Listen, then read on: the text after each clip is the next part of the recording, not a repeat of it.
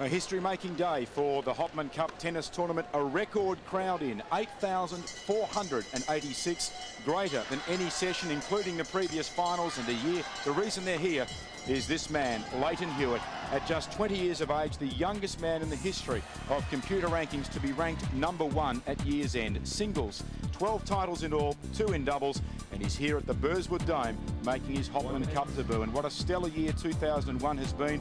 It kicked off in Sydney, a couple of traditional lead-ups to Wimbledon, a win at the US Open, the Tokyo Outdoor, and en route to winning the Masters Cup in Sydney, he claimed the year-end world #1 ranking.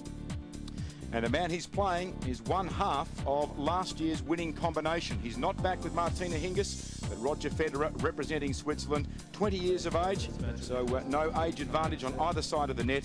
Currently ranked number 13, a career high of 12, and this is his second Hopman Cup appearance. As we said, a winner last year with Martina Hingis. He then moved on to Milan, where he claimed his first ATP singles title, a runner-up in Marseille and Basel, and quarterfinals of both the French and Wimbledon. So a highly credentialed first-up opponent at Hopman Cup 14 for Lleyton Hewitt.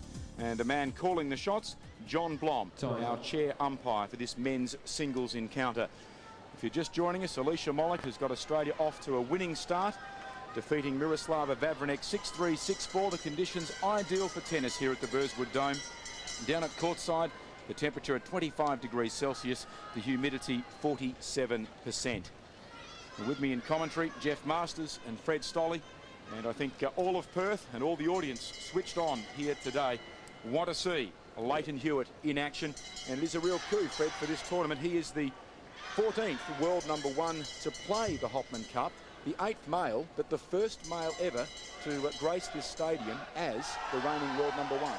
Well, it's fantastic for the Hopman Cup and for Perth and for Australia, for that matter, to have Lleyton Hewitt come here to represent his country in the Hopman Cup, and also his girlfriend Kim Kleisters is here representing Belgium. So it's a working holiday for both them in preparation for the Australian Open. Lleyton's changed his program a little bit. He's won in Adelaide, his hometown, under a lot of pressure over there to play. Would love to have been there, but decided he would come over here, change the venue, and you can pick a nicer place to be. This is going to be a great match because of the fact that Federer, we've seen him here last year, one of the great shot makers, one of the youngsters that new balls please that the ATP Tour have out there with the young masters that they've got out there trying to give them some publicity. This should be a good one. Federer off the ground is pretty good. Lleyton Hewitt, the #1, I think he can get there. And the opening set, Hewitt to serve.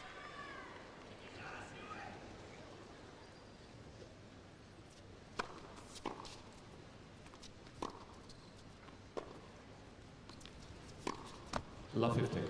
The head-to-head record for these two players, 4-1 in favour of Hewitt. This is their second meeting of 2001. Hewitt winning in a semi-final on grass at Herschenbosch in the lead-up to Wimbledon.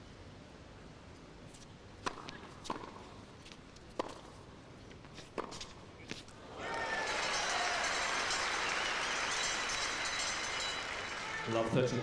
I think that's his best wing, Federer, the backhand, as this match progresses and you see some slow-mos of that backhand, the head just stays perfectly still when he strikes the ball.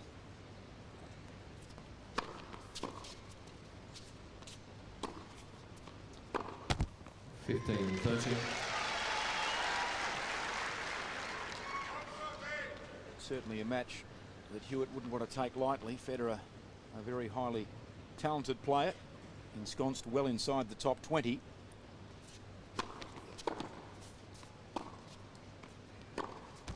And he has an opportunity, Jeff, over the week to become the first man to win the title twice.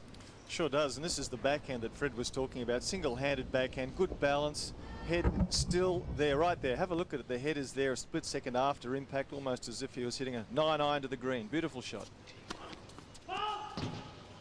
Also, since I said it was his best shot, he's hit 2 unforced errors. That's always the way, isn't it?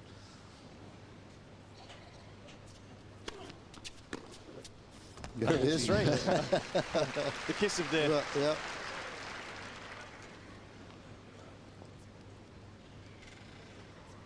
Hewitt, as always, with the cap reversed.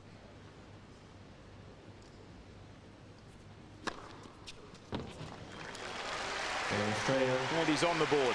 A comfortable service game there for Leighton Hewitt, the world #1. Australia already having wrapped up the singles.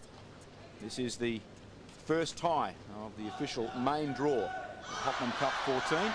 And a lot of expectation, Jeff, about Australia. Seeded #2, they head Group B. The #1 seeds the United States, Monica Seles and Jan Michael Gamble in Group A. But the expectation when you do have one half of your team that is ranked the world #1 and Alicia Molik inside the top 50 in the women's, they're a formidable combination.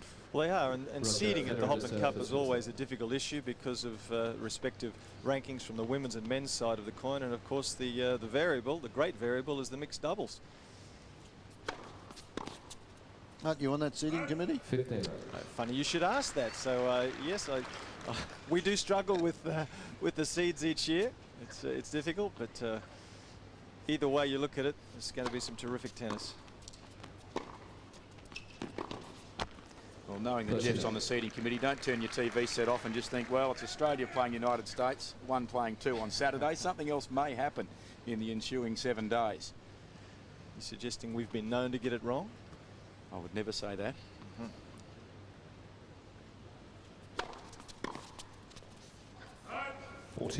Tell you what, if you're a betting man though, and you have a look at both those sides, I was talking to Neil Fraser, who likes to have a little bit of a punt, and he had a look at Australia's 3-1 to win this thing. I think they can win their division, and then the other two teams on the other side are the United States, and they're at 9-4, and Belgium, who's got Kim Clijsters and Xavier Malisse. Game, Switzerland. 1 game all. Easy hold there for Federer, 1-all. So if you look there at is that, Kim Clijsters. it's not a bad deal for Australia if they win their division and you get them into the finals against either the US or Belgium.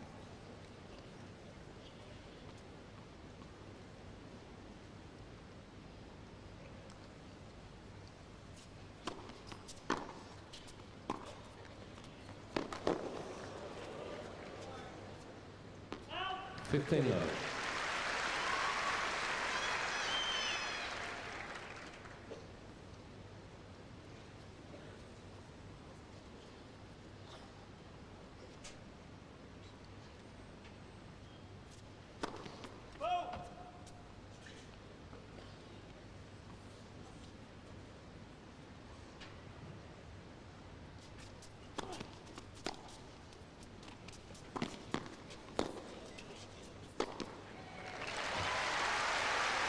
Well, he did well there, Leighton Hewitt, because the miss-hit return from Federer was so short and so low. It was difficult to get over the ball, and we'll see here that Hewitt has to really scamper, and the ball is so low, but he still gets there quickly enough to get the racket underneath the ball to allow him time to hit a topspin shot. And then, of course, the final easy overhead. Isn't it amazing though, Jeff, what a little bit of confidence will do when you're number one in the world. You've achieved that now. He seems much more relaxed on court.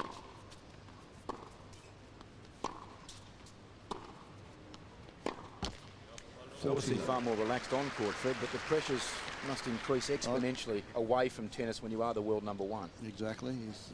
His time is not his own. It's probably one time he's actually at peace. Is when he's out playing.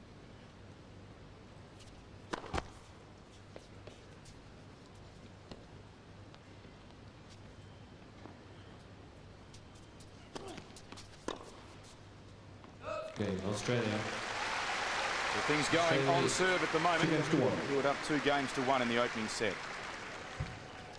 I think this year Hewitt has learnt so much about himself and about how to control emotions and how to control his tennis.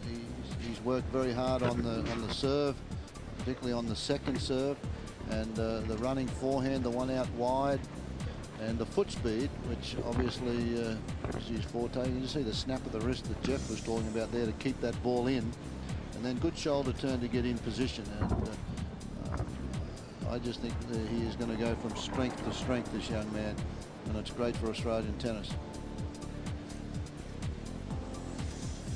This is an opportunity, even so early in the piece, to have a look at Leighton's first serve directions. A couple of wide serves there, very close to the line.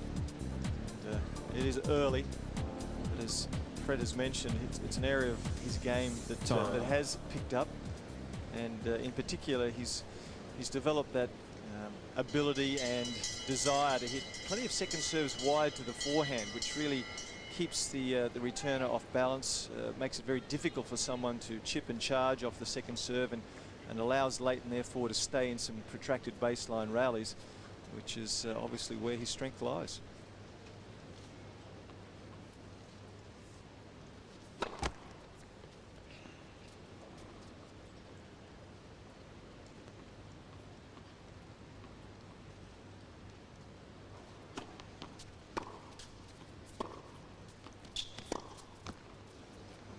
Hewitt had a very strong finish to this year from the success at the US Open, and then coming down to the Masters, where he took over the #1 spot when he defeated his friend Patrick Rafter, and then Davis Cup. He's been looking for a break. He's had a little bit of a break, first match back. 30 love. Ladies and gentlemen, please could you switch off your mobile telephones? Thank you. He'll be hoping that this occasion representing his country is more fruitful than the last time, unfortunately for Australia, beaten in the Davis Cup final by France. And shock defeat for Hewitt in the opening singles rubber when he was defeated by Nicolas Escudé, but he bounced back on the last day to beat Grosjean.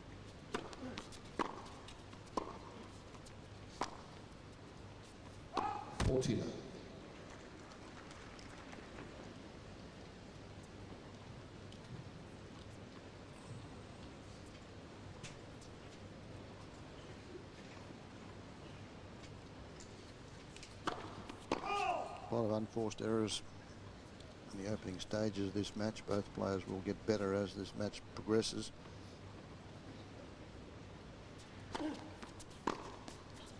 Game, Switzerland. Holding to love, Roger Federer. 2-all now in the opening set.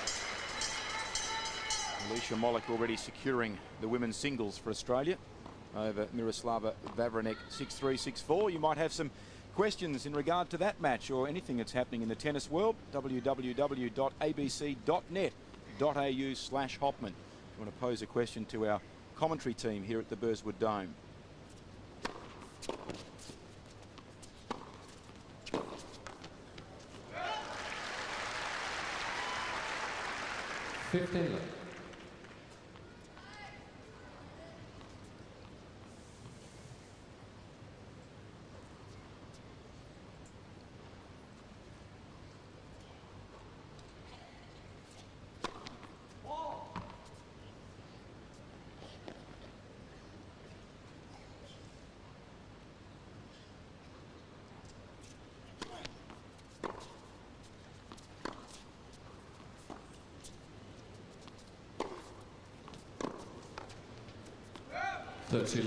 Depth of shot in that point for Hewitt kept Federer just pinned behind the baseline.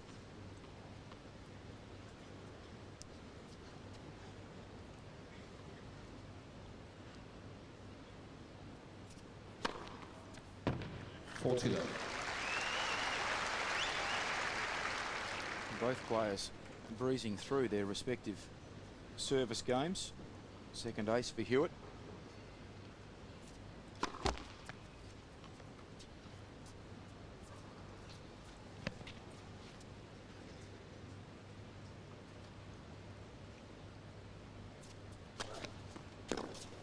Game, Australia. And like Federer the game before, Australia Hewitt holds to love to lead 3 games to 2. The first Australian to finish the year, male or female, since computer rankings came in the early 1970s as the world #1. And the only 2 males to have done it during the season. John Newcombe back in 73, and also Pat Rafter for 1 week a year or 2 ago. Yeah, both those players reached #1, but in the middle of the season, and it's Hewitt is the only Australian that's been able to achieve that at the end of the year rankings. Well, stamina, Jeff, is I guess the main point of the Hewitt game, and we'll have a look at Hewitt's mobility around the court here. He is a great mover and he's a great hustler.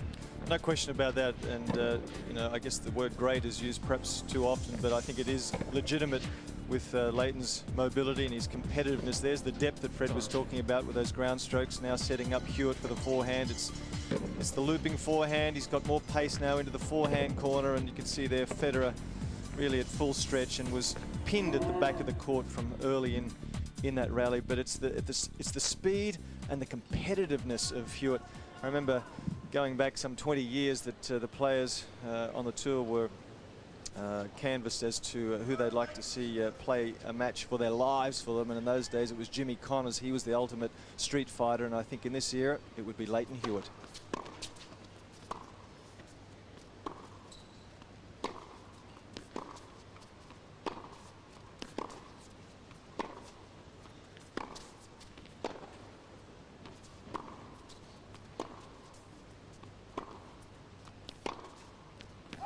What you say there, Jeff's probably underlined. We look at 2001, he played 19 singles matches at the Grand Slam, 7 of them over 5 sets, another 3 over 4. So more than half of the Grand Slam matches he played 4 or more sets. Well, it's all part of the learning process as well, and so his preparation for the next Grand Slam, which is the Australian Open, is a little different this year, and he's learning every year on tour how to pace himself and how to make sure he gives of his best every time he performs, because that's his goal. He wants to perform at his best every single time he's out on court.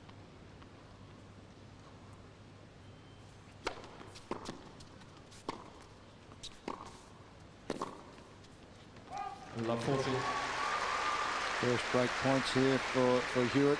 I think he's learned a lot, as well as his mobility around the court and that running forehand. I think he's improved. People used to try and get him into the position where they'd stretch him out wide to the forehand. That doesn't work anymore.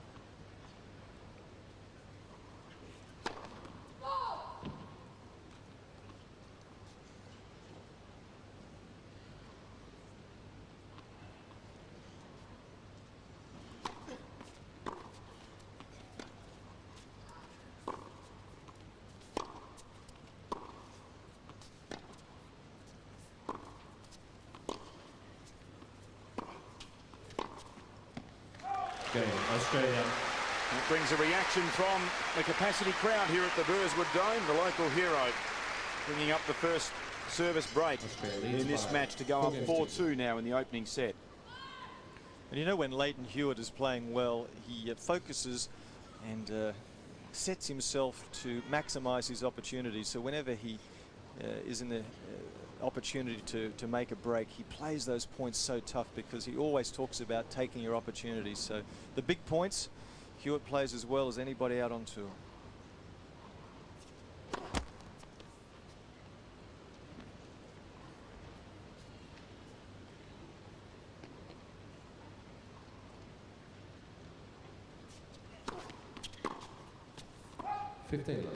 In terms of Grand Slams, Fred, the bookends, the Australian and the US Open, the best suited to the Hewitt game?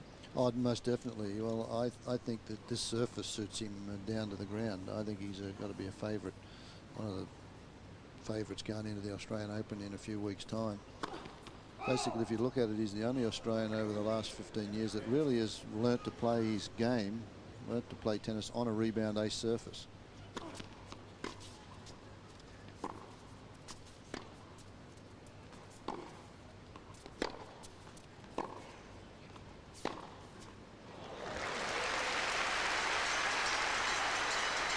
That's the danger of Roger Federer. He is a real shot maker. He develops power so easily. And Hewitt's ball there was not so short. It was three-quarter court, but Federer, with a little time, just opened his shoulders, and even the speed of Hewitt couldn't track it down.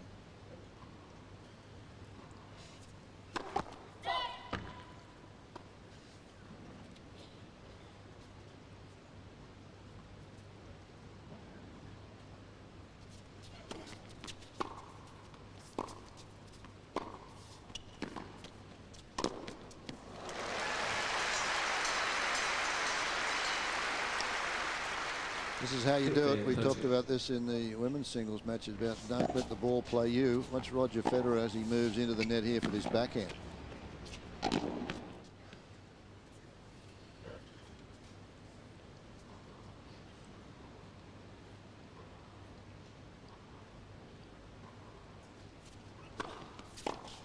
30 all.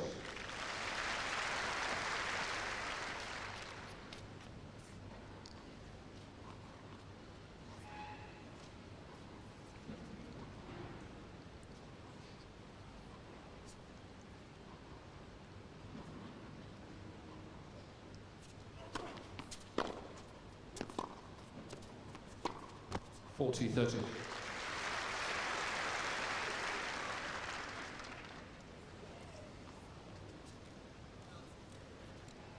Unforced errors, a lot of them for this young man.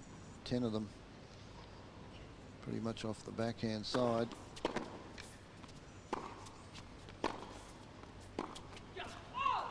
Juice. Federer ranked 13 in the world. It may actually be a little bit of a false ranking because injury last year prevented him from playing the US hardcourt season. So he's done very well to finish 2001 at 13, having missed a fair bit of tennis through the year. I think he had a groin pull for 6 or 8 weeks. Always pretty tough when you're playing on hard courts. And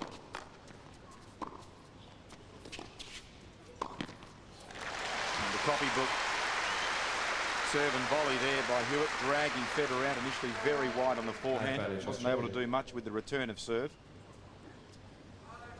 So Hewitt holding game point to take a 5-2 lead in the opening set.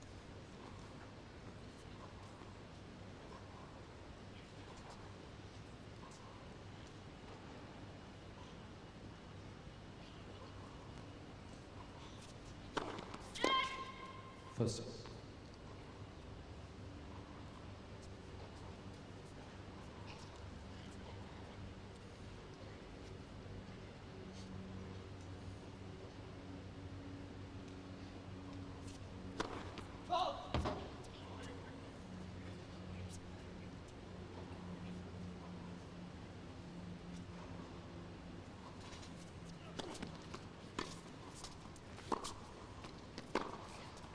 Game Australia. Federer pushes it wide. So smooth sailing at the moment for Australia. 5 games to 2. 5 games to 2. Having already secured the women's in a little over an hour. Alicia Molik defeating Miroslava Vavranek 6-3, 6-4. As Federer has some thinking to do, takes on some fluid. And just how big a weapon, or indeed how important to his game is this service motion, Jeff? Well, like everything he does, it's very fluent and smooth. He's got a good shoulder rotation. You can see the left arm going out almost in the direction of the baseline. Good knee bend. The toss is in a good position to allow him to really internally rotate. In other words, his forearm is really rotating at impact to generate extra speed through the racket head. Not quite extended enough there perhaps, but good momentum into the court. It's a very simple action that generates pace very easily, and this is where those serves have ended up. You can see they're very much towards the extremities of the service boxes. Time. Not too many short serves there on the first serve when they're in. They go for that pinpoint accuracy into the corners.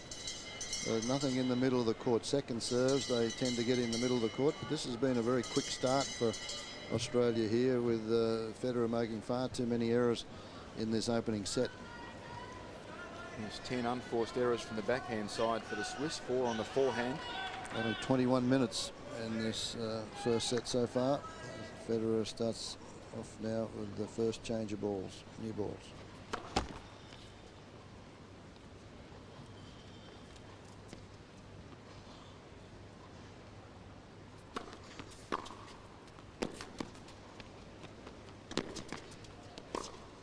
It was almost a squash forehand, a squash shot that kept him in that point early on, just stretching out and a flick of the wrist, getting the extended forehand back over the net. That one there, that was the shot you're talking about, but look at this for top spin, and the angle he generated on the pass was extraordinary.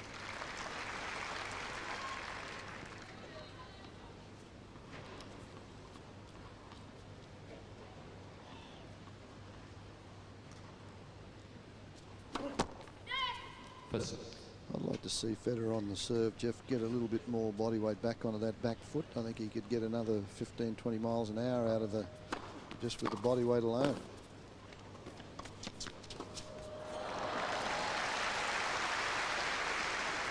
Smart play there from Hewitt. 30, Didn't go for much, just kept it down very low, forcing Federer to bend the knees and get down. Watch how he prepares for this first serve, though. Doesn't really go back on the back foot, just goes straight up in the air.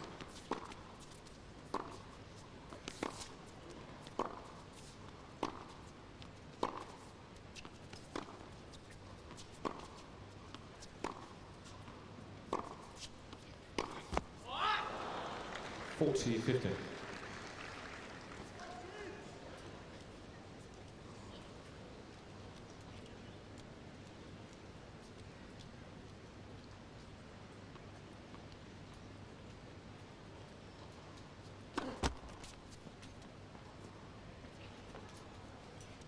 There is Miroslava Vavrinek, beaten in straight sets earlier today by Alicia Molik.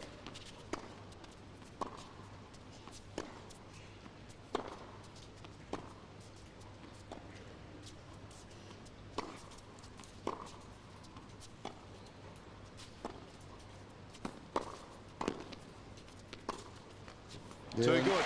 Not enough on the volley from Federer, and he knows it. You can see he's pretty disgusted with that effort. That's just too much time for the foot speed of Hewitt as he comes in. This one up in the air, mid-court, just 2 steps and the flick of the wrist, and he gets it over and in easily.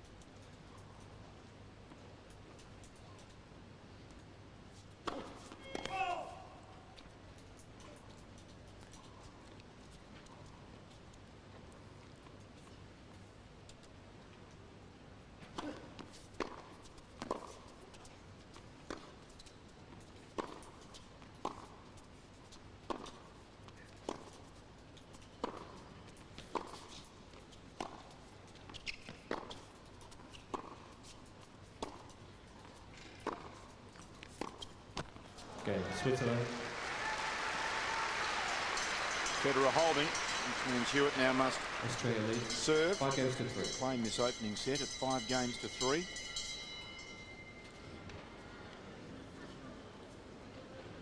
Roger Federer, a former #1 junior in 1998, world #1. There's Kim Clijsters, who is in the other half of the draw here.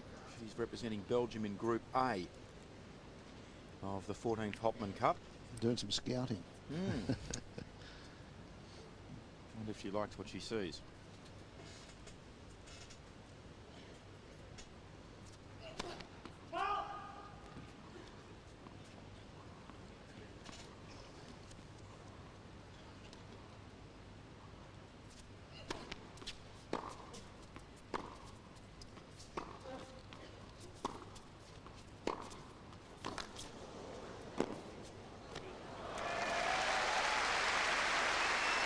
Well, he made something out of nothing there, Federer. Earlier on in that rally, he was a little hesitant as to whether to take a ground stroke off the backhand or forehand.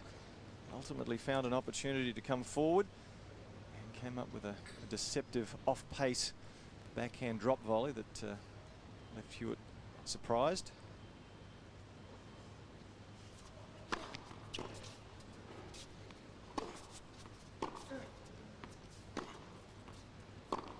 $15 That's normally his bread and butter shot, that one. It was not in position for that backhand. It was rather a simple shot at love 15, an important point for him too. He just let the ball get too low.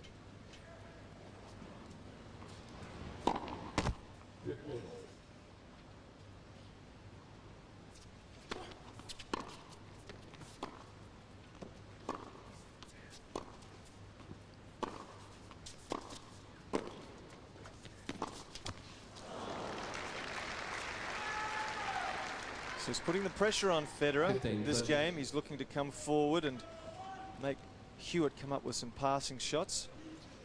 Shows you what a little bit of pressure can do, because it was not a good volley, but he attempted to get into the net to force his opponent to come up with the goods.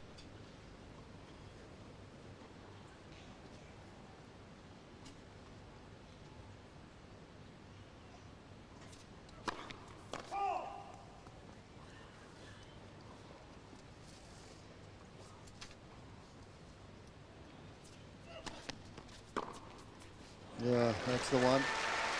Isn't that pretty to watch? took 2 steps forward, anticipated that serve, a little short.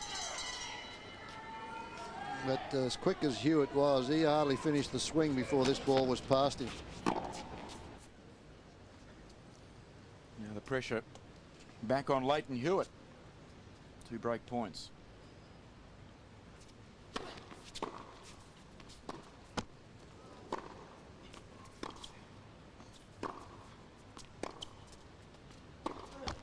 $30, $40.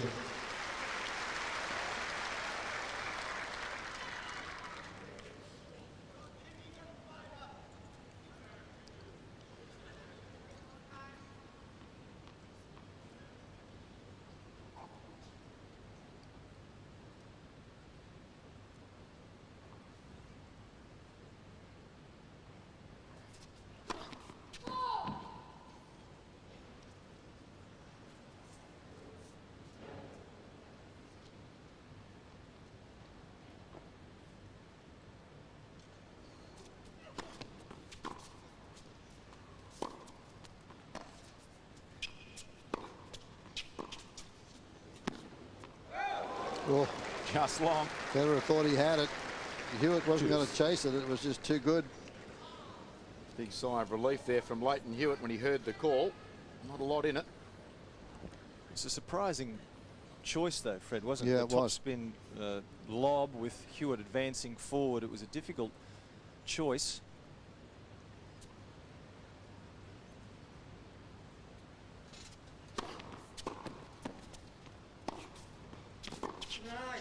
Well, Federer, having squandered his only 2 break points of the match thus far, is now staring down the barrel of a set point against him.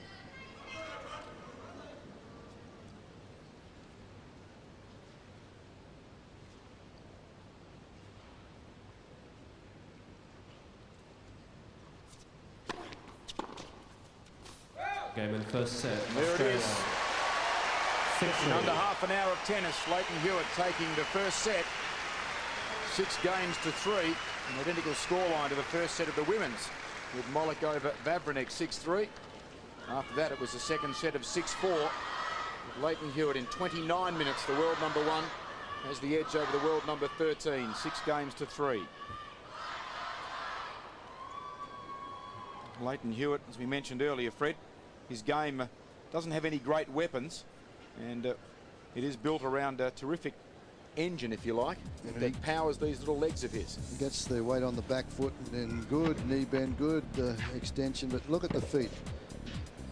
Just bounces around all the time. He's in a rally from the baseline here, just nice and easy on the balls of the feet, just very light and good foot speed. See the way he goes forward on that one with the knee bent.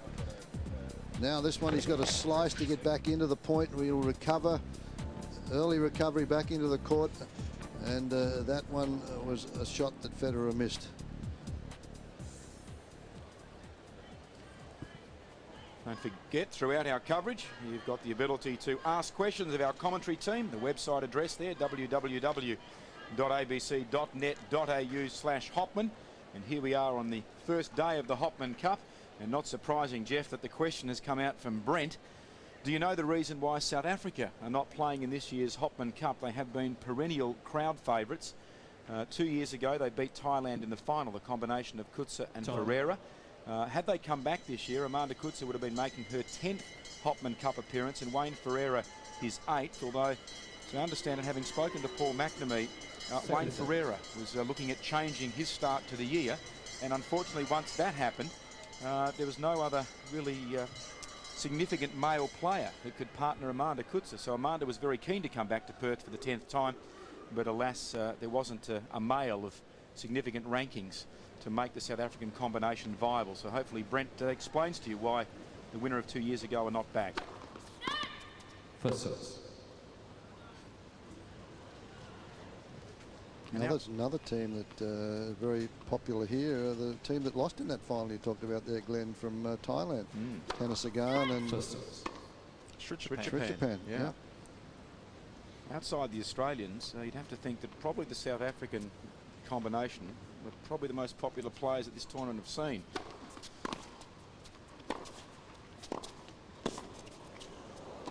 Yes, wrong-footed him back in behind your opponent. Love 15.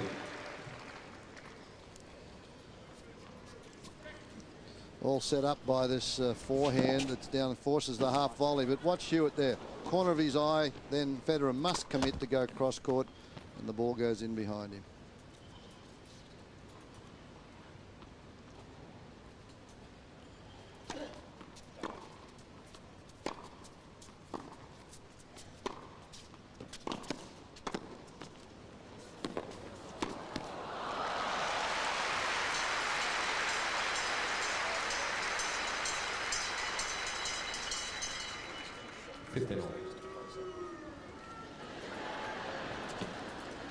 Well, Hewitt just chases everything, and of course it's that build-up of pressure that forces the opponent to go for so much ultimately, because there seems from time to time as if there is no ball that Hewitt won't reach. 13-15.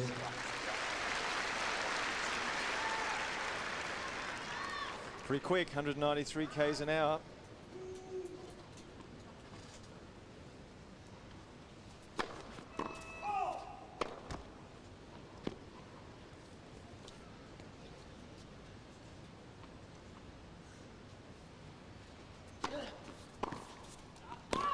T15.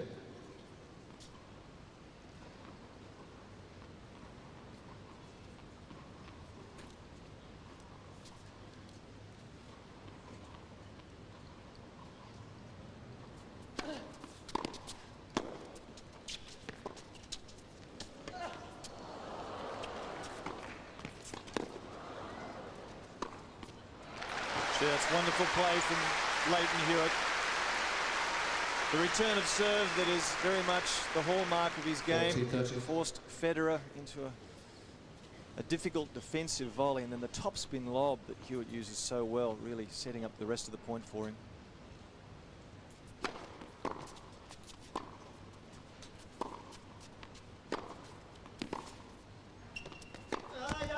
Juice. In that point there, it just gives you an indication of how early he gets the serve.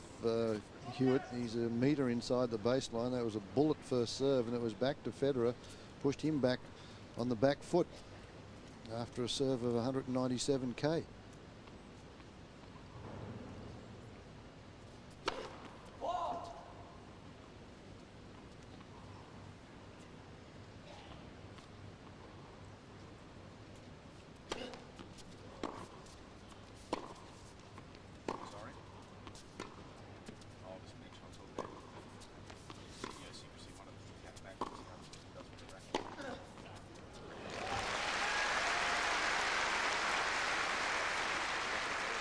Advantage Switzerland.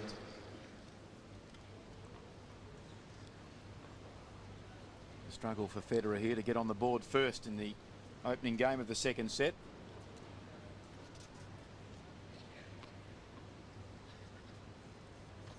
And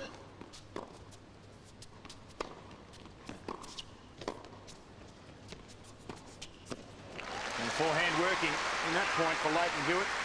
Whipping one across court and going down the line. Juice.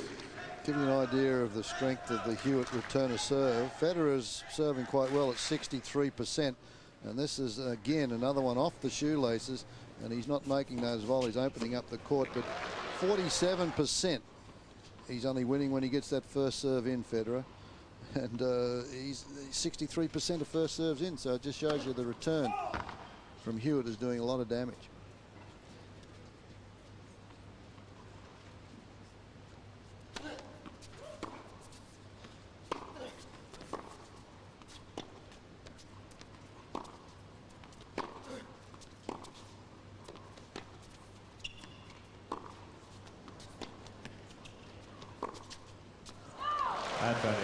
Just wide, much to Hewitt's annoyance, drops the racket. Well, he didn't have much room to move here, Jeff. Well, the approach shot was good, wasn't it? And Hewitt realised that the angle was the only option. And look, you could see that ball was landing well inside the service box from a position that was struck way behind the baseline. Terrific angle, but just wide.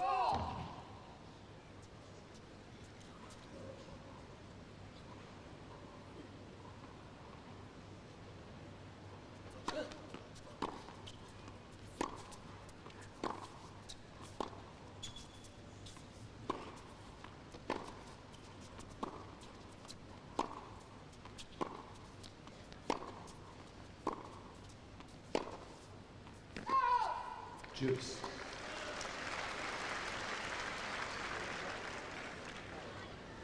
A real struggle here for Federer.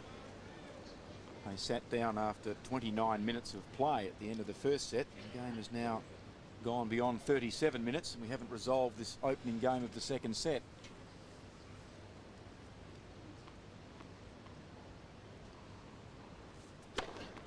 Advantage Switzerland. That'll help. 198k, that one. His third ace. I The like cows that. have come in. The Even Roger. cowbells, and then the Roger loves that. Then the Aussie crowd's going moo. Yeah, love it.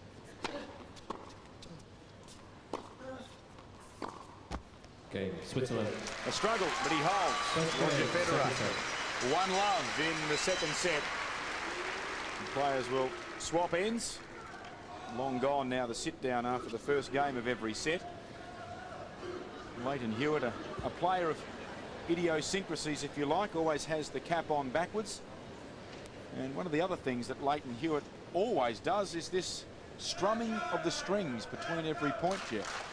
Well, certainly he's wanted to make sure the strings are back in position after the ball's been hit the topspin. But more than anything else, it's just a way for him to direct his attention to what's happening around him on the immediate part of his playing field, which is the court. He doesn't want to look to the crowd or be distracted in any other way. So it's very much part of you know, his methodology of making sure he remains focused. And you know, from that point of view, no one does it any better. He's mentally so tough, so resilient, and always focused on the job at hand.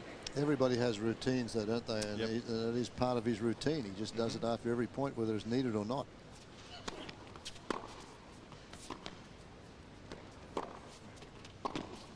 Love 50. A lot of the times, though, when he does that, the left hand, he gets more split fingers on the left hand than he gets on the right hand because of the fact that he strings his racket pretty tight, brings the rackets tight, and then he just does that with the fingers every point.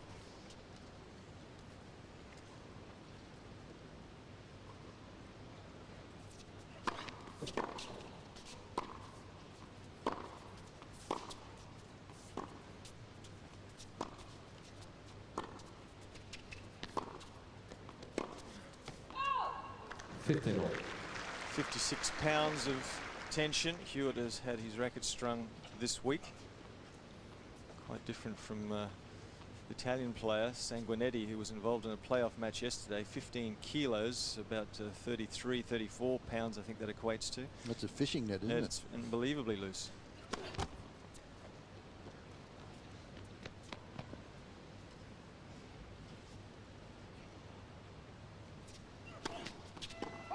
$15.30.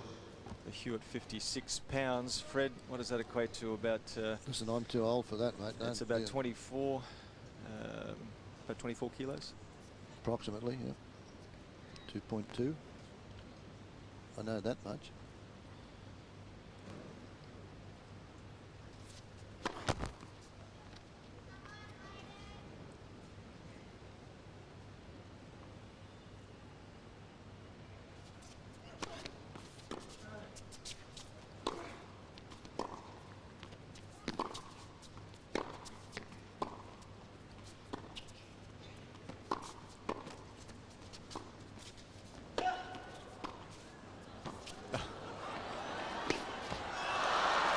Well, Federer had a real workout, and in the end, Hewitt was disappointed.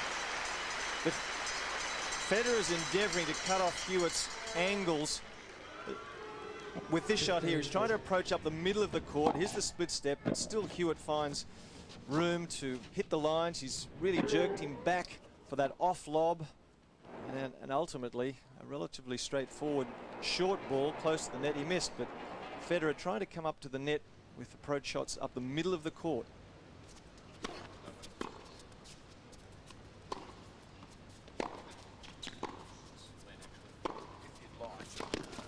Oh, brilliant.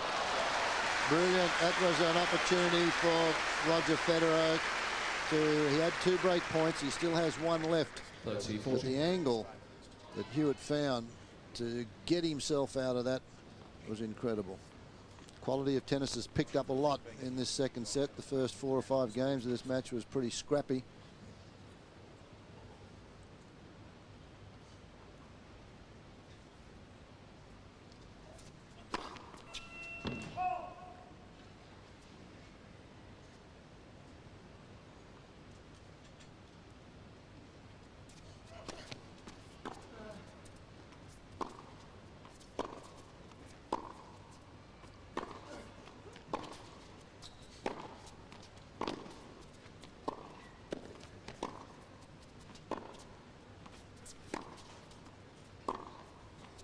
Game, Too good, and applauded by Leighton Hewitt.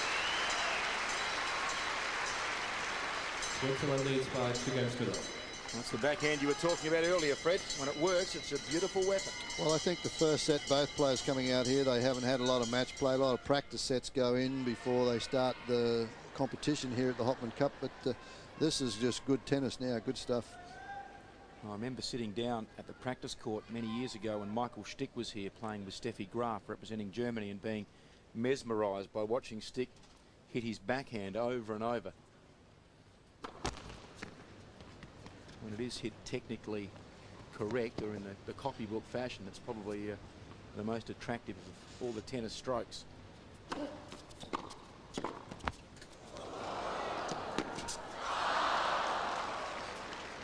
15 minutes. Had too many options there, Leighton Hewitt. He was there so quick, wasn't he? He was right there. Had choices. The ball wasn't, in fact, that low. And at the end, he'll be disappointed that perhaps he didn't try and rip the ball with a little bit more pace, even straight at the body of Federer.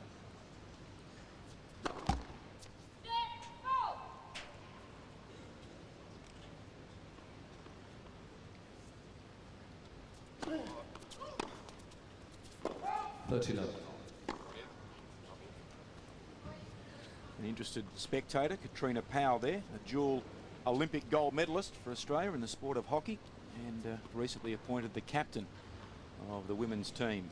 A big year next year with the World Cup being staged here in Perth.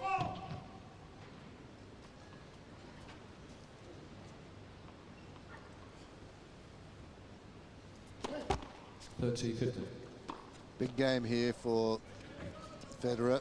He's worked hard to get this break, and he's got to consolidate it because he knows that this is the game that Hewitt wants to break back immediately. So double fault there, even at 30 love, is pretty costly.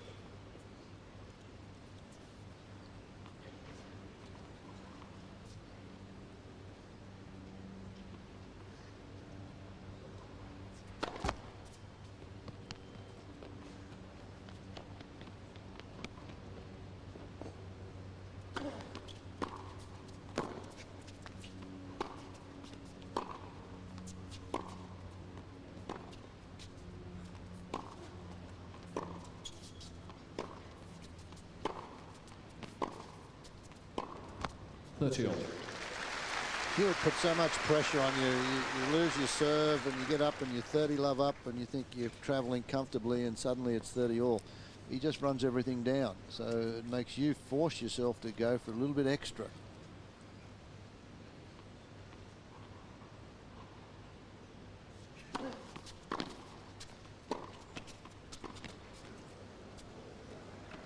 (40-30).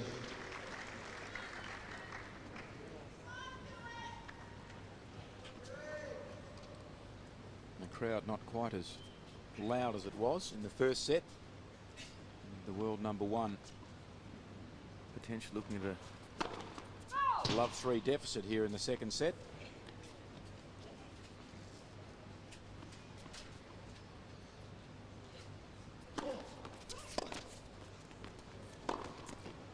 Game, Switzerland. And it does materialise into just that. 3-love to Switzerland, having dropped the first set 3 games to 6.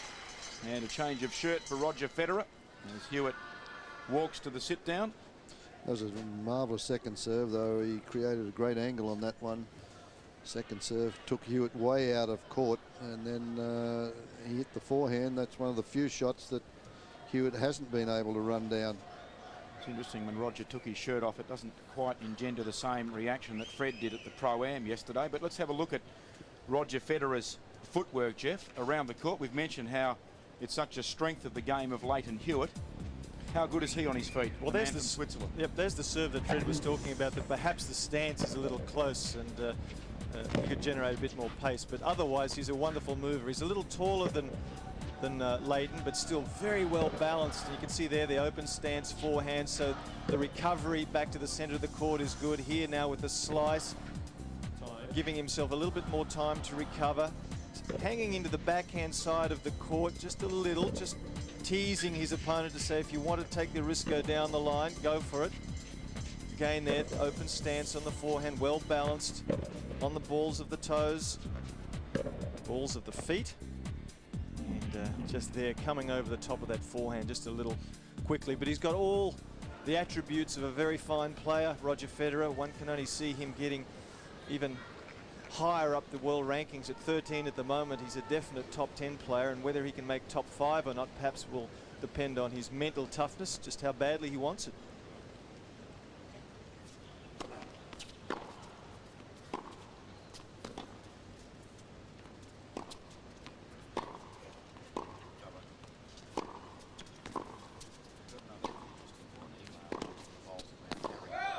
Definitely been coached very well too. Roger Federer is coached by an Australian by the name of Peter Carter.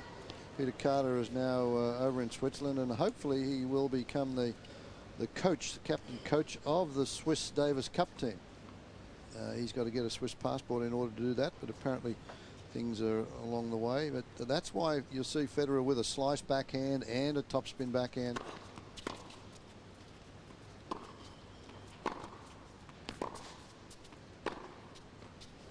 Pretty much an Australian requisite to play the sport.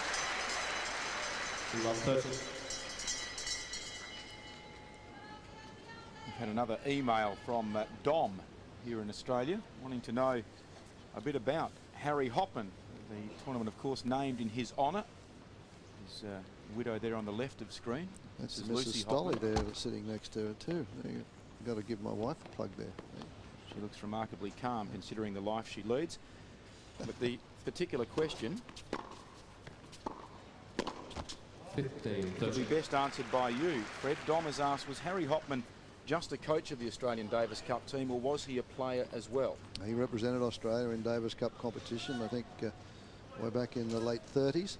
And from then on, continued on as coach for a record number of, I think, about 23 years. And then Neil Fraser followed him and broke that record. So, but a great motivator, and certainly had a lot to do with moulding the temperaments and personalities of a great many Australian players.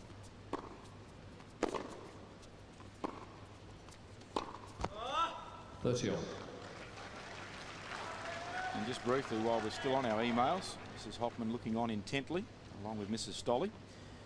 Lewis has asked, is the Hopman Cup an ATP tournament, and does it contribute to a particular player's ranking? I'll answer that for you, Lewis, after this next point.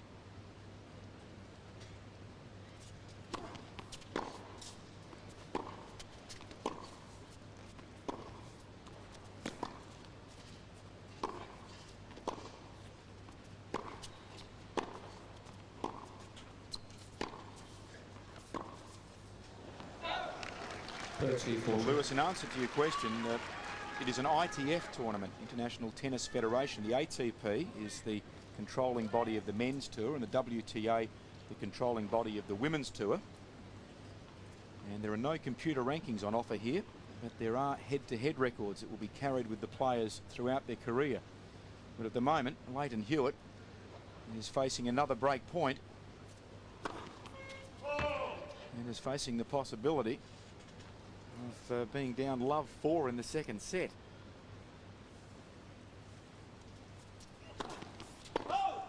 Game Switzerland. Well, this tide has changed dramatically. It was a pretty comfortable first set for Leighton Hewitt, 6 games to 3. And now all of a sudden he can't find the scoreboard in the second. Down 2 breaks. As I mentioned, the pace has picked up and the quality of players picked up. Hewitt now making a few unforced errors. More of them on the forehand side, 11 of them on the forehand side to just 9 for Federer on that department.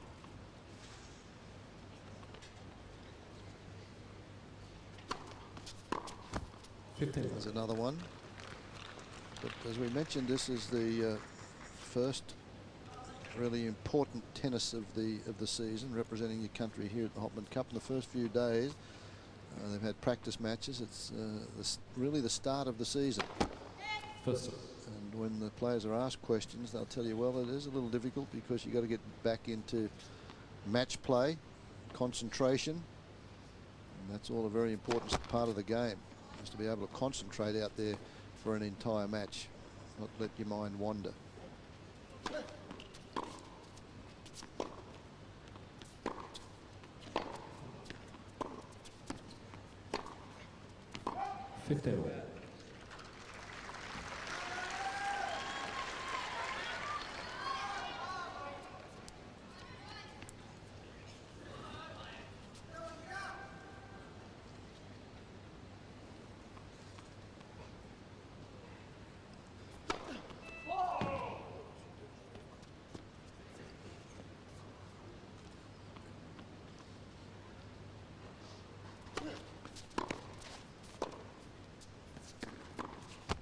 T15.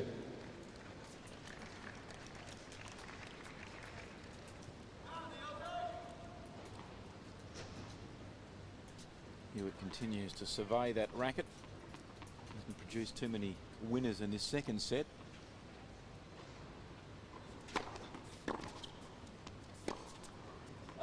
Virtue.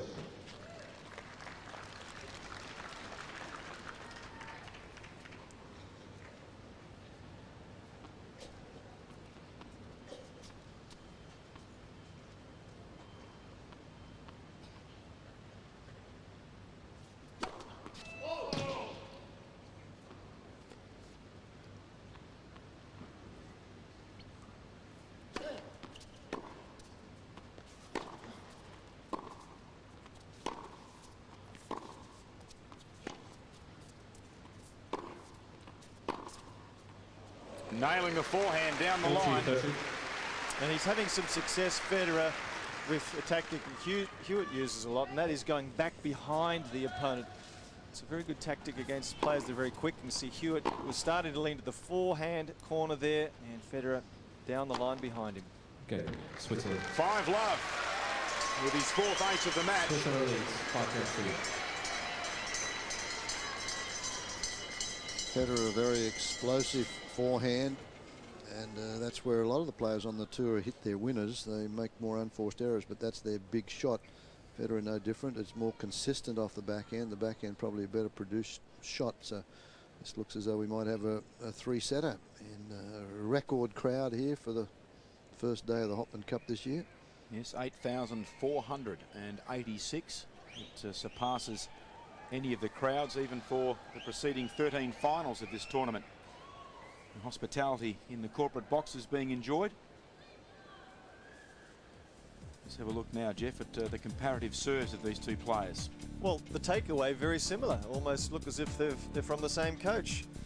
See Hewitt already developing a little bit more knee bend though at this point. Good shoulder rotation from both these players. Let's see how far down the back the racket goes. Pretty good. Hewitt with the head up at impact. Federer likewise. Hewitt with slightly the better lean into the court, and as Fred mentioned earlier, with the stance perhaps just a little wider apart, allows him to get that extra lean into the court, both landing on their left foot, which is the norm these days. And they're very similar styles, but Federer slightly taller, obviously produces greater leverage. Longer levers produce a little bit more pace, so the serve has been up around 190, 195 k's an hour from Federer, and in the main, Hewitt averaging something around about 175. Interesting though, Hewitt being the shorter of the two, he finishes up further in the court. Yep. Because of the fact that he gets a little bit more body weight into it.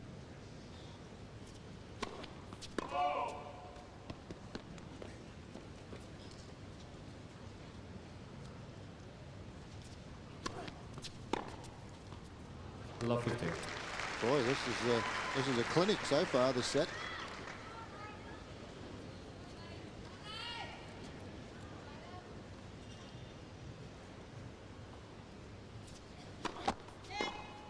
First serve.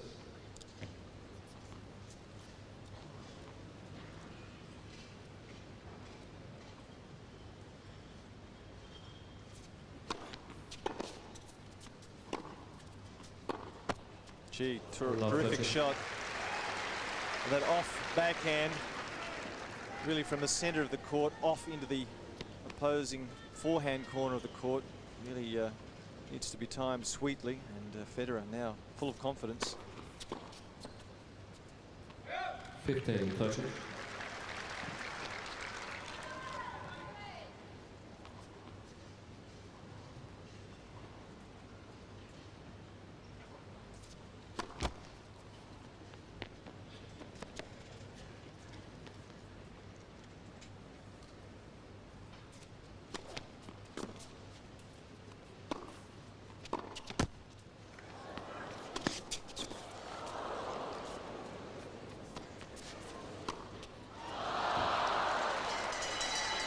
Two set points now for Roger Federer to take a clean sweep of the second set. 15-14.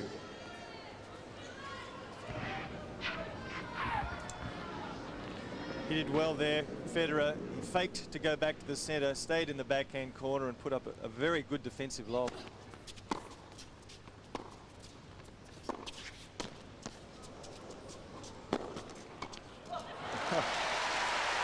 Federer going cross court there with a little dink.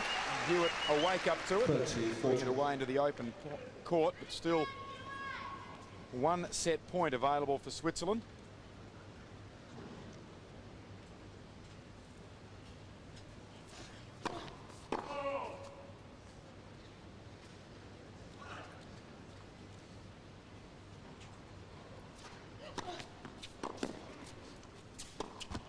And that's a rarity in the calendar year of 2001 that Leighton Hewitt has not got a game in a set. He has been beaten 6-love in that second set in just under half an hour. So one set apiece. And at the moment, the world number 13, Roger Federer, is taking it up to the world number 1 and the reigning US Open champion, Australia's Leighton Hewitt.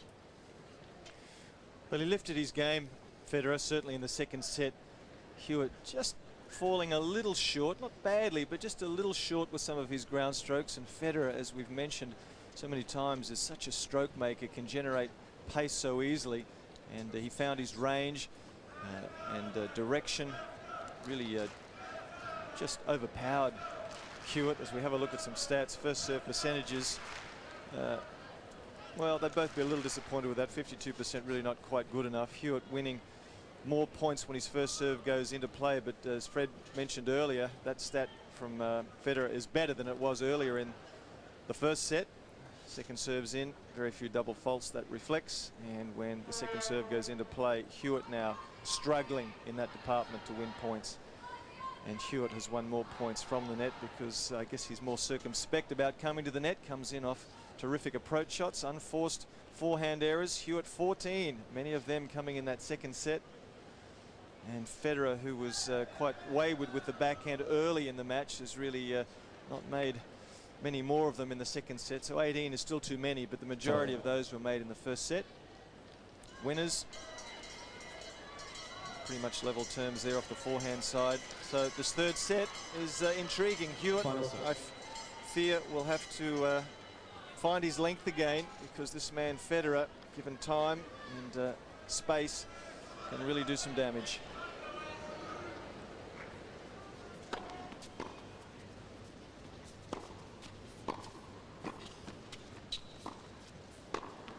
Good depth on the volley. Hewitt thought it might have been long. I think it might have clipped the line, but I think this set will be a lot closer than that second set. I think a little lapse in concentration. As I mentioned, the first set was pretty scrappy for the first half a dozen games, but now the quality of tennis has picked up. But Hewitt, a few unforced errors, a few too many unforced errors. The match has been going just over an hour.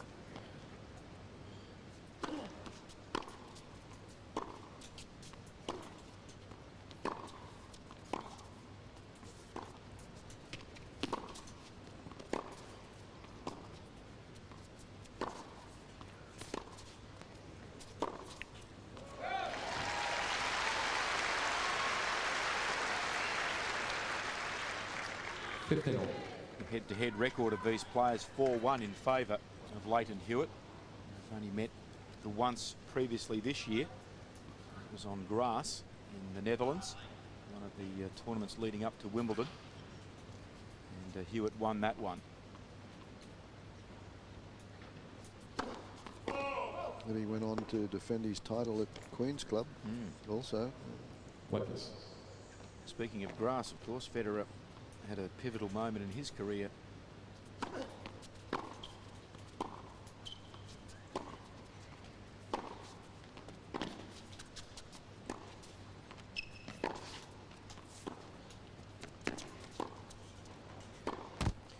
Federer in the quarter-final at the French Open, followed up reaching the quarters at Wimbledon, and en route there defeated Pete Sampras 7-5 in the 5th set, knocking out the 7-time Wimbledon champion. Unbelievable match, that one. One of the highlights of Wimbledon last year. A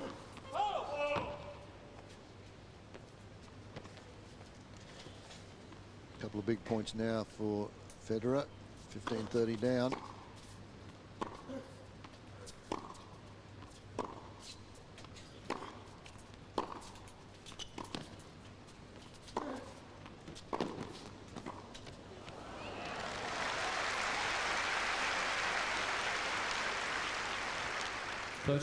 Excellent approach here from Federer, knowing full well that Hewitt is going to track this one down. He covers the cross court. Hewitt on the run basically goes cross court, and Federer there to make the volley into the open court pretty comfortably.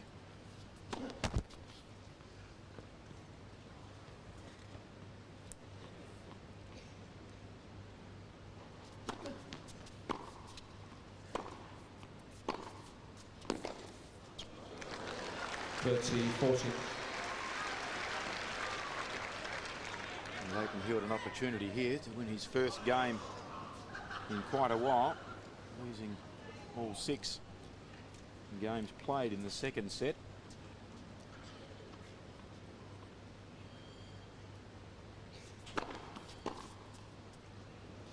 Good deep, powerful first serve there by Federer. See Hewitt showing a little bit of disgust. Bounce of the racket there. You don't get too many opportunities. Pick up the pace in this 3rd set. But, like to make those returns when you got a break point.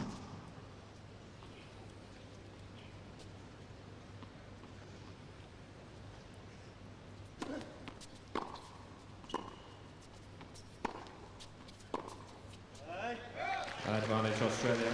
Can we get another opportunity?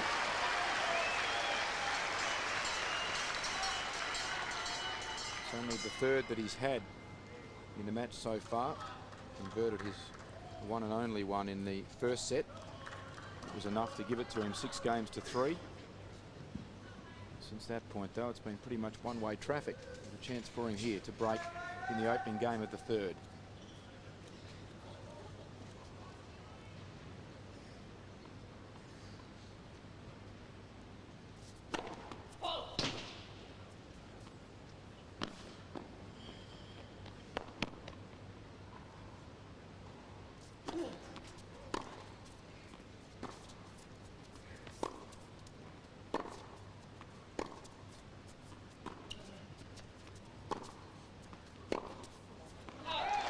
Australia, new balls, please.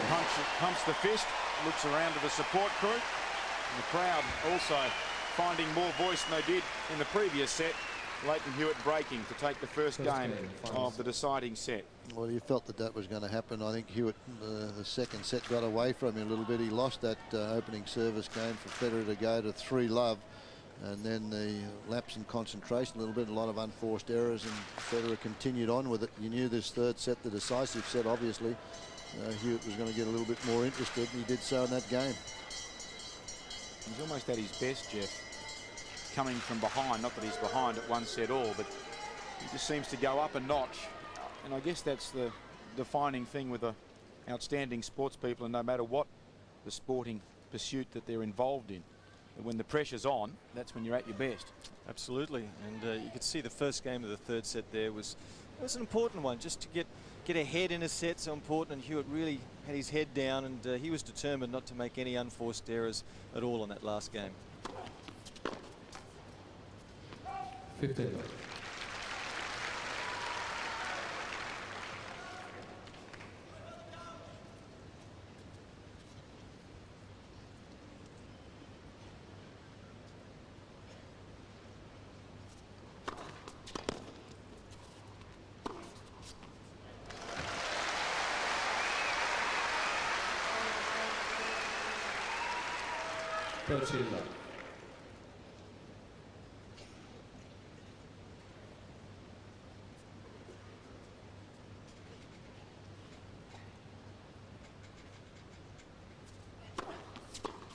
40 love.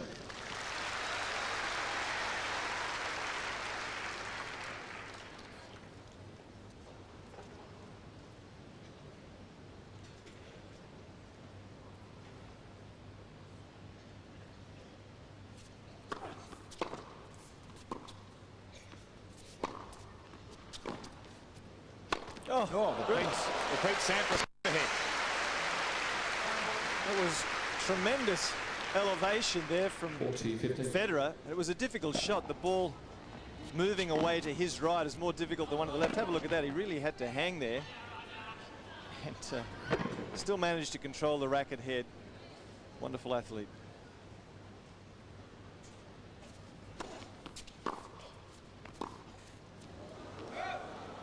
Forty 30.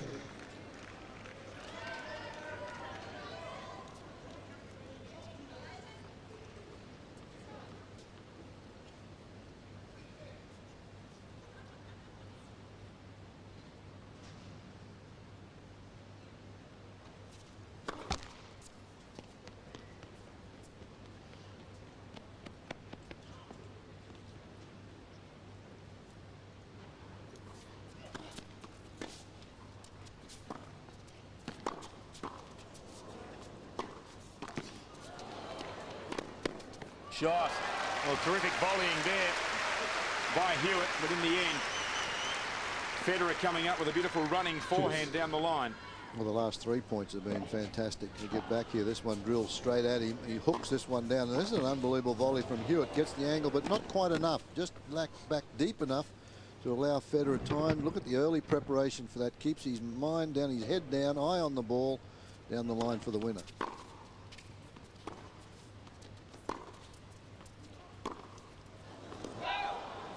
Advantage Switzerland. Well, they're the unforced errors that crept in the second set. And he had a break here, an early break in the third, and 40 love.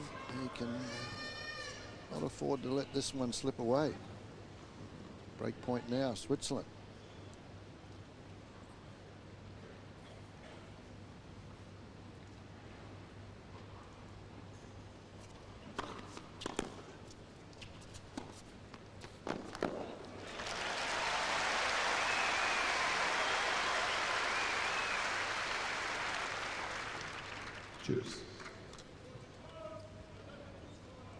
So far, Federer converting 3 of 8 breakpoint opportunities. Hewitt has received fewer, but has been more productive. 2 out of 3.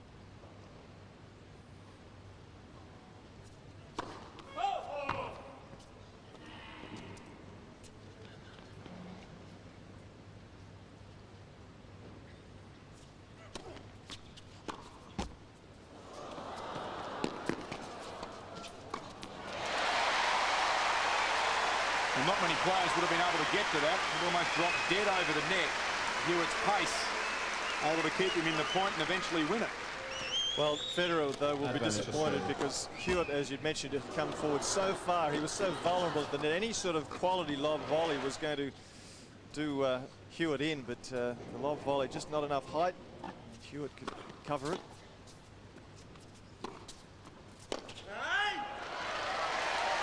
Hewitt consolidates the break. Well, you know how tough Hewitt is. He just never gives you an inch. In trouble in that service game. Australia leads by 2 games. Actually led 40 love and then blew the lead and had to steady the ship, and he did. Just wondered, Jeff and Fred, where the greater wear and tear is. We hear so much about a player like Rafter with the explosive serve volley, having to follow up the serve to the net. And then you think of someone like a Hewitt who virtually has to run out so many 4- and 5-set matches. You just wonder where the greater stress on the body is, the more violent, big serving player like a Rafter or a Philippoussis or a quick mover like Hewitt. Oh boy, that's not a percentage shot at all. Now this is a must-win game for Federer here, otherwise Switzerland can forget about this one. Love 30 now. That was a shot off the shoelaces. Had no chance of going in.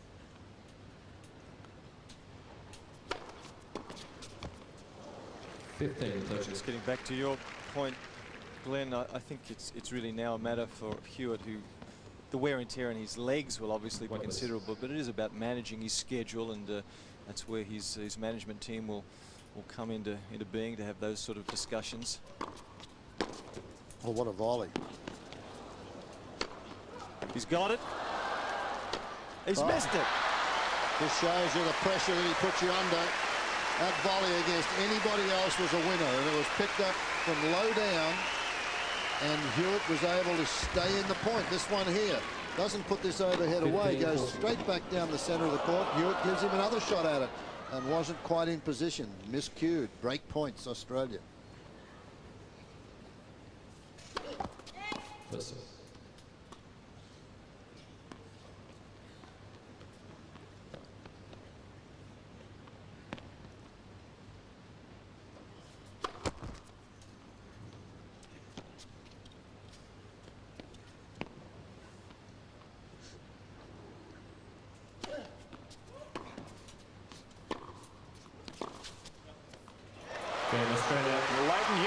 Converted 3 of the 4 breakpoint opportunities.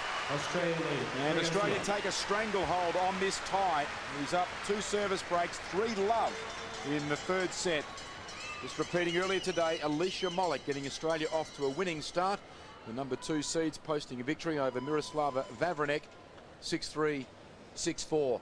You mentioned earlier, Fred, that the players have got to work just as hard on getting their concentration skills back and ready for a new season of tennis. It's just as important as the physical aspect of the game. That certainly is after you've had a bit of a break, and watch how intense this young fellow is here. Look at eye on the ball right until it hits the racket, and I think he let things slip a little bit in the 2nd set, but boy, has he come back with a vengeance in this 3rd. The return of serve, the determination, he's always had that. And as Jeff mentioned earlier, these days if you wanted to pick somebody that you wanted to play a match for, you give it his best shot, it would be Lleyton Hewitt. Again, the intensity for this young man here. He's gone back to, in this 3rd set, a few of the unforced errors that crept in the opening 4 or 5 games of this match. But this well-produced backhand stays down, looks at the ball until it comes off the racket. Good balance, again, turns the shoulders off an open stance. Most of the players now play that forehand off an open stance. And now we're in all sorts of trouble. Switzerland are in this rubber against Australia. There's the score line. Hewitt up 3 love with 2 service breaks now in the deciding set.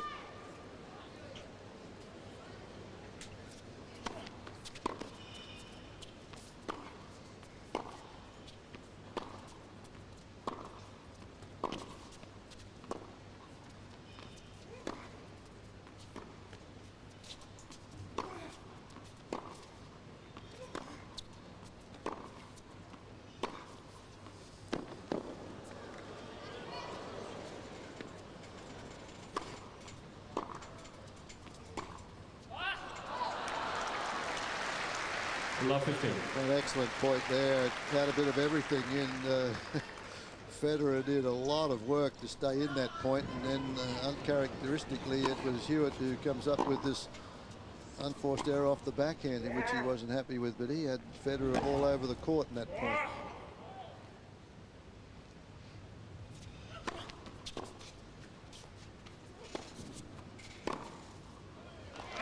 Just that return of serve of Federer off the backhand side, the sliced backhand return, sometimes just not penetrating enough. A particular return landing just past the service line, no pace, and Hewitt with so many options able to control the point.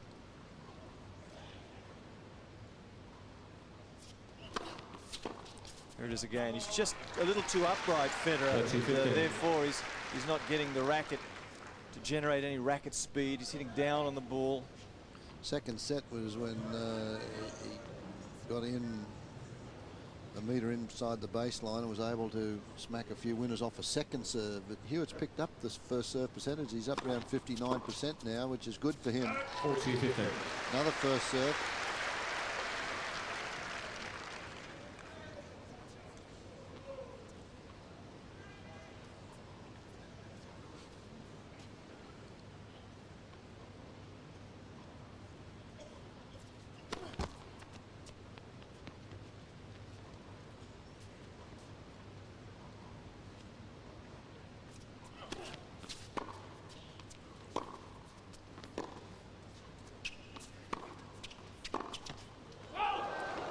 Okay, Australia.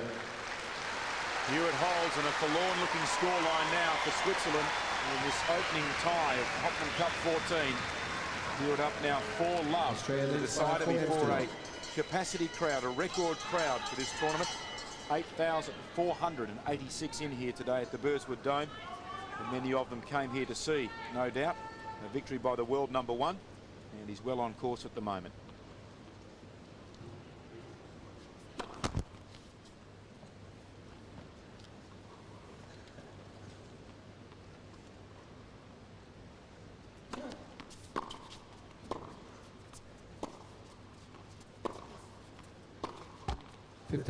Called a lot of Leighton Hewitt's matches this past year, past couple of years in the Grand Slams, and the one stat that stands out more than anything else is the first serve percentages. And if he gets it up in the 50s, 55 to 60, he's doing very well. Well, today it's at 59. It started off in the first set though, even though he won the first set, it was down to about 44.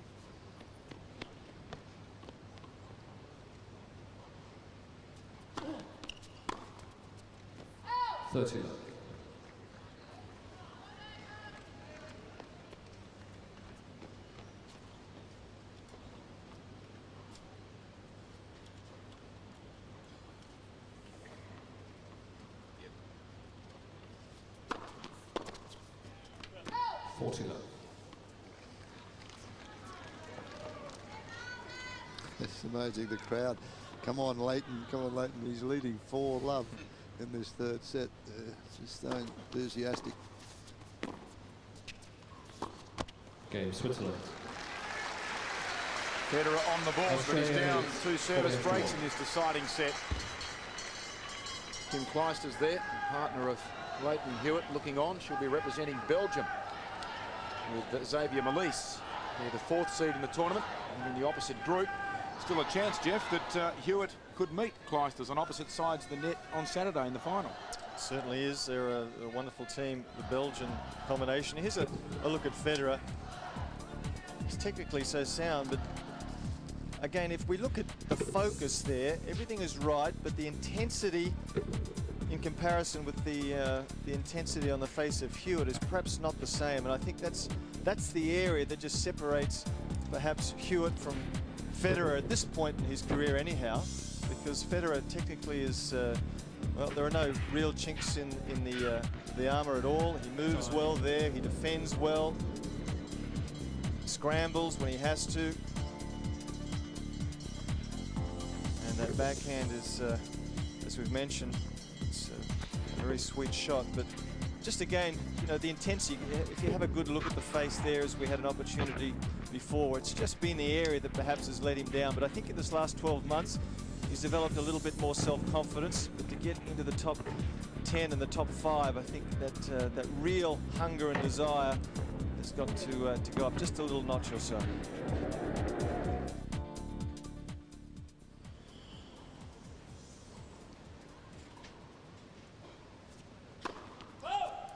The one match that stands out this year for Federer, though, was the hunger and desire that was when he played Sampras at Wimbledon, 7-5 in the 5th.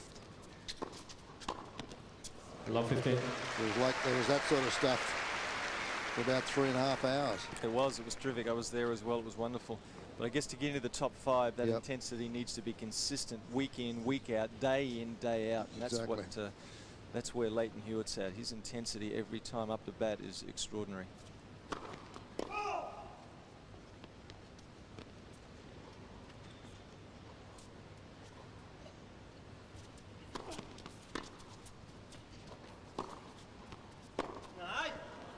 15 all.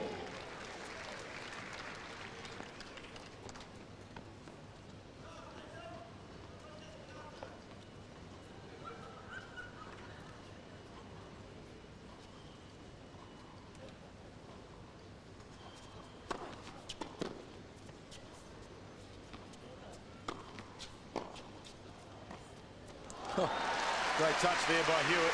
Had the whole open court to work with, and he went for the dainty little drop shot straight over the net. 30-15. Federer does well to read it. He tries a very ambitious topspin lob here that goes quite wrong.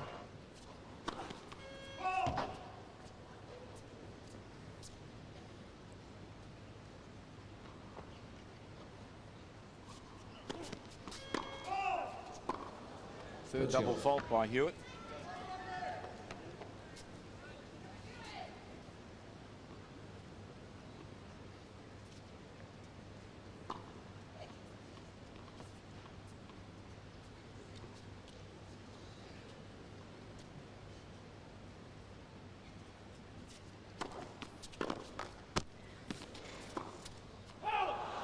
Looking to go behind Federer. 30-40. Pushing the ball wide. So a break point now for the Swiss. It's a little bit of concentration lapse again, and you go back to it. He's cruising in this third set. Federer got on board in the last service game. Now an opportunity to break back. One of the breaks.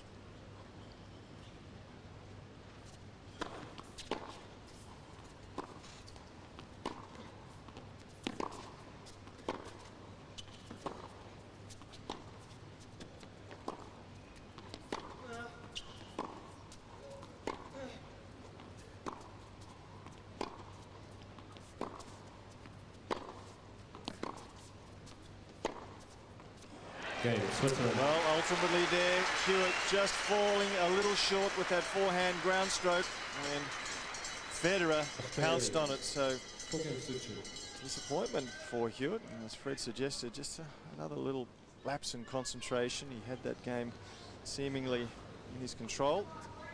Federer is not done for yet. Still the insurance of one service break to Hewitt. Must hold here for Roger Federer. 15. One of the few times we've seen Federer serve and volley, and I think he's very efficient in that department.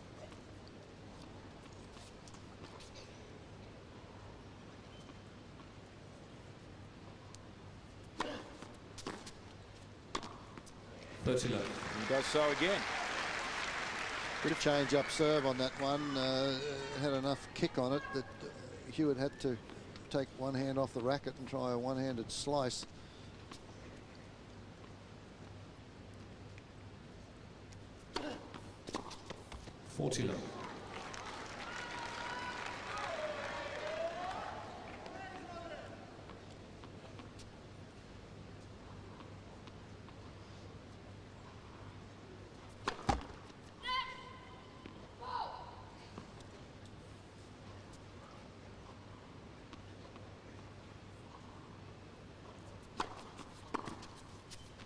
Out. Game, Switzerland. Overruled there from the chair. It was called good by Australia. the line judge. Chair umpire John Blom overruling. So 4-3 now. Hewitt still up a break of serve, but just what Federer needed there, being able to hold that game to love, to immediately put the pressure back on Hewitt again, who has to think about how he's going to close out this particular rubber. Here's another chance to see the Federer serve from perhaps a couple of other different angles. Perhaps not quite extending enough there, but fluent and economical, and able to use plenty of variety. We saw that last game there. You could see Hewitt swinging too early, that Federer really changed up the pace of his serve. He put in a couple of serves that were only around about 153, 154 k's an hour, but they had kick. And as with a good fast bowler, the ability to change the pace and therefore ensure that the receiver doesn't get an opportunity to become grooved is just as relevant as the big, powerful serves. And Federer certainly has command of pace, spin, and direction on his serve. Talking about the fast bowlers, congratulations to the Australian cricket team yesterday. Stephen and the boys, a victory. I hope they're, I know they're tennis fans, and I hope they're having a good look at Leighton Hewitt. They came out to Wimbledon to watch Pat Rafter play the final there against Ivan Izovic.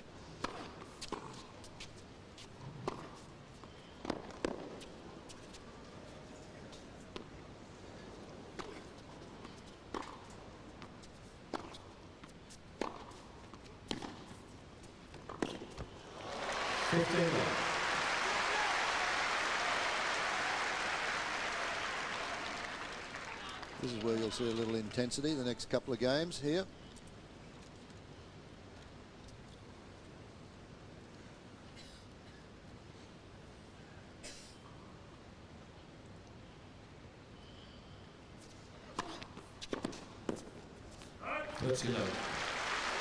An excellent serve from Hewitt right down the middle,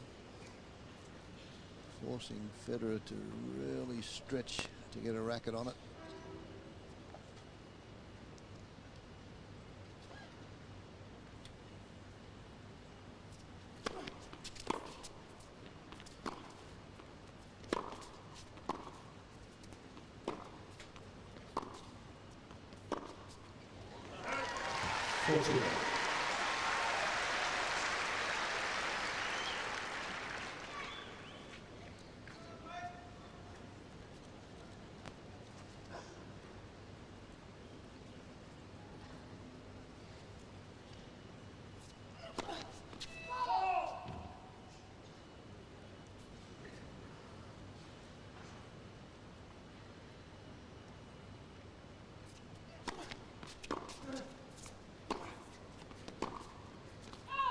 Australia. Leighton Hewitt just one game away now from closing out this tie for Australia. Alicia Molik winning the women's singles in comfortable fashion over Miroslava Vavranek, 6-3, 6-4. See there, Hewitt took the first set 6-3 in half an hour and then didn't get on the scoreboard in the second, but now up a break, and Federer to serve to stay in this match at 3-5 in the decider.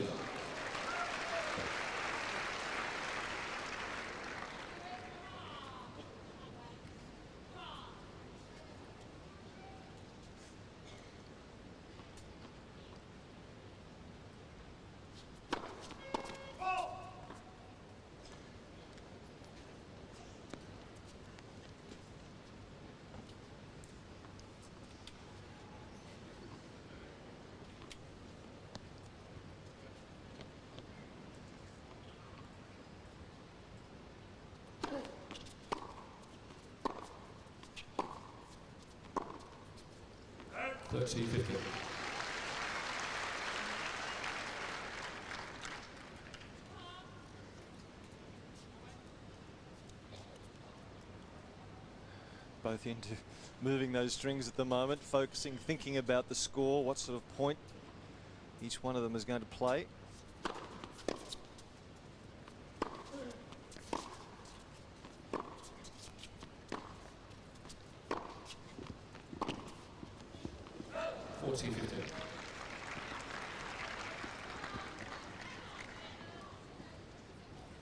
Two game points now for Federer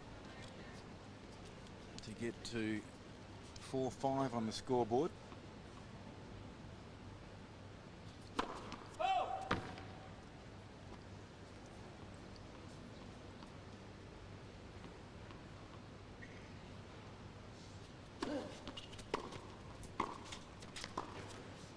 That'll do it. Switzerland. Federer holds. Hewitt to come out shortly and serve for this match and also the tie to give Australia a clean sweep of both singles. Federer toweling himself down. It's a perfect day for tennis. In fact, it's quite remarkable, the weather in Perth at the moment. Normally we can expect temperatures soaring into the mid to high 30s at this time of the year.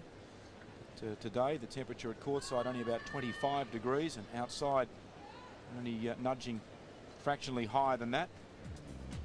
And the humidity not a factor either, around 50%. Both men though taking the opportunity to replenish their fluids. The electrolyte drinks, never far from any elite sportsman nowadays, Jeff. And yourself as well. Well, present company included, I would have thought.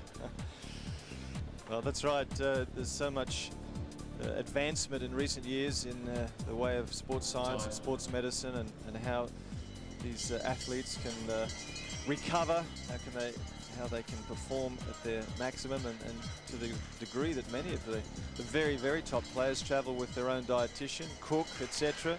Almost an entourage equivalent to that of a pop star. Well, indeed, no leading player is an island nowadays. I can remember being in the foyer of the hotel at this complex when Boris Becker checked out a few years ago, and I couldn't believe the number of people and the amount of equipment that was being shifted to be taken to the hotel.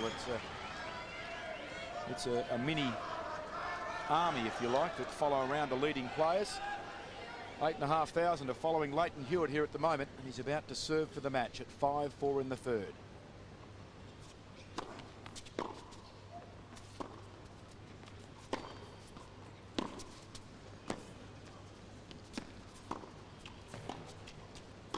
And he's off to a good start. Yep, and he just counter-attacks so well, Hewitt. He was in trouble earlier in that point. Federer attacking wide and deep into the corner. This shot here, Hewitt not only gets there, because see, look where he's put the ball, right at the feet of Federer. Now Hewitt has the opportunity to attack. So he's turned defense into attack with speed and wonderful racket control.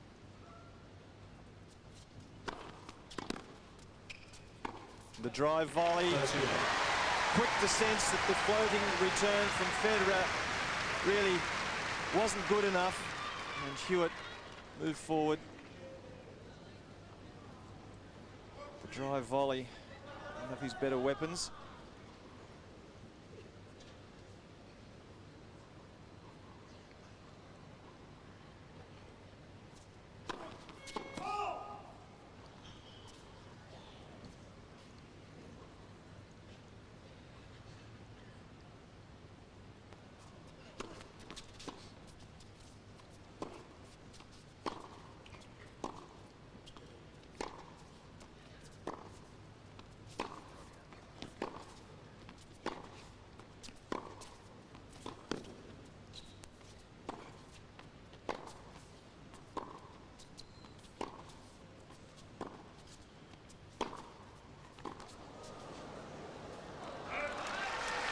Some heavy hitting from beyond the baseline. In the end, Federer prevails.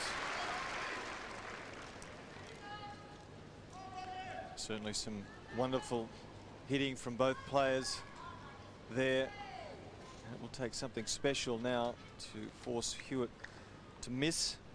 He's really in the zone. And Federer, one feels, will have to come up with something pretty special if he's to break here.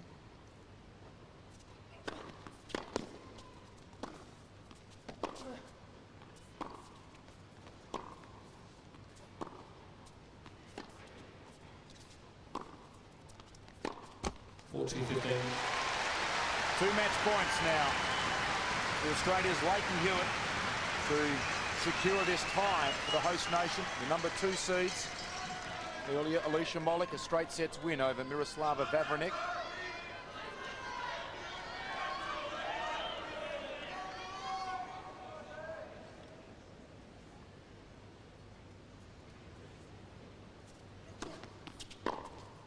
And there it is. The world number 1 and reigning US Open champion secures Australia's opening tie of Hopman Cup 14. He's done it in style, 6-3, love 6, 6-4 in a little over an hour and a half.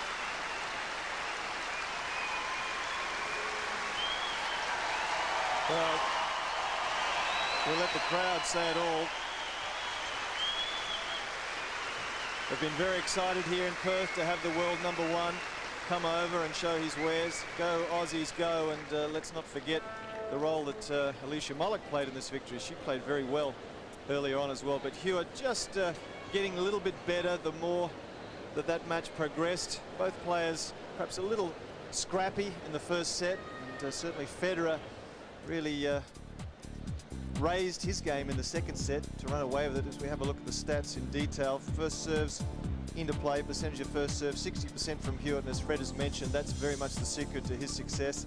And when those first serves went into play, he won 70% of the points, Hewitt. And percentage of second serves won 64% from Federer. Overall winners, forehand from Hewitt 14, only 2 on the backhand side, unforced errors. More than both players would have liked, and certainly the backhand from Federer, 27, and as we mentioned during the call, a lot of those coming from the first set. So both players, I'm sure, can and will play better as this tournament moves on, but Hewitt, as usual, finds a way of getting the job done. Lleyton Hewitt, the world #1, victorious to kick off Australia's campaign at Hopman Cup 14. He's down courtside with Steve Rebilliard. Well, Lleyton, a tough three-setter first up. How did it feel?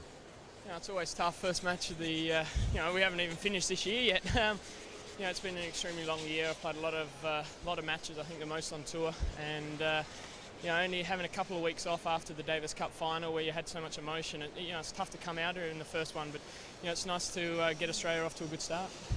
And Alicia did that as well. I guess you'd be looking forward to the mixed doubles. A fellow South Australian with you? Yeah, she played great.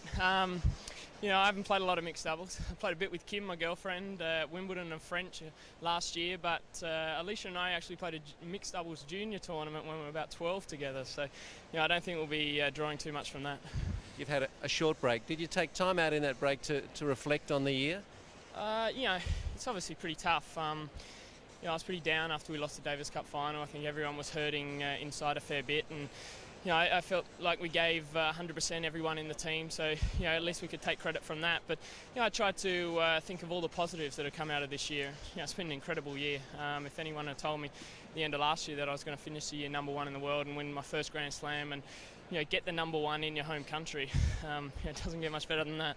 And the type of year you've had, does that make it difficult to set goals for the coming year? It does. You know, I want to go and play footy now. Yeah, I really don't know sort of where to start.